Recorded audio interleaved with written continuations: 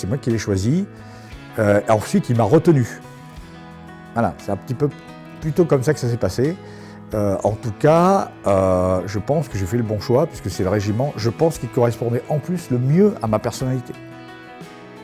Et donc c'est aussi une question de chance d'avoir choisi ça. Voilà, j'ai pu vraiment me révéler. Comment vous définiriez justement cet état d'esprit du 8 ? Alors je l'ai défini, je l'ai écrit, ça s'appelle l'esprit du 8. Je l'ai fait quand j'étais chef de corps, parce que là j'étais vraiment un enfant de 8, puisque voilà, comme vous le savez, j'ai été le premier officier à faire tous ces temps dans ce régiment. Je ne suis plus le seul maintenant, heureusement, mais voilà, comme c'est dit, j'ai accompli le grand chelem, le premier à accomplir le grand chelem, et donc j'étais légitime pour parler de ce régiment. Et en fait, tout ça a tourné dans ma tête. Et puis à un moment, je l'ai écrit sur un morceau de papier, je l'ai fait lire à tous les anciens chefs de corps du 8, avec un certain nombre de figures de ce régiment. Ils l'ont tous avalisé, et donc c'est devenu cet esprit du 8 que je résumerai. Alors c'est très très simple, ça se termine comme ça d'ailleurs, et c'est grâce à cette expression que j'ai choisi le 8, c'est un esprit carré dans un corps rond. Et je crois que c'est ce qui résume vraiment de façon très très caricaturale ce régiment qui est unique.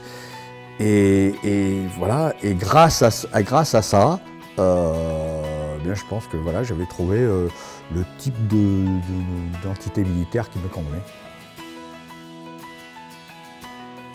La première chose que je retiens, en fait, du régiment, bien évidemment, qui m'a formé, en fait, c'est vraiment ce régiment qui m'a formé, mais au-delà de toute ma carrière militaire, ce que je retiens, c'est l'exceptionnelle aventure humaine que j'ai pu vivre.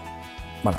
Et je pense que c'est ce que cette institution militaire nous permet, au-delà de tout, des événements parfois dramatiques, parfois tragiques, parfois exaltants, parfois très pénibles.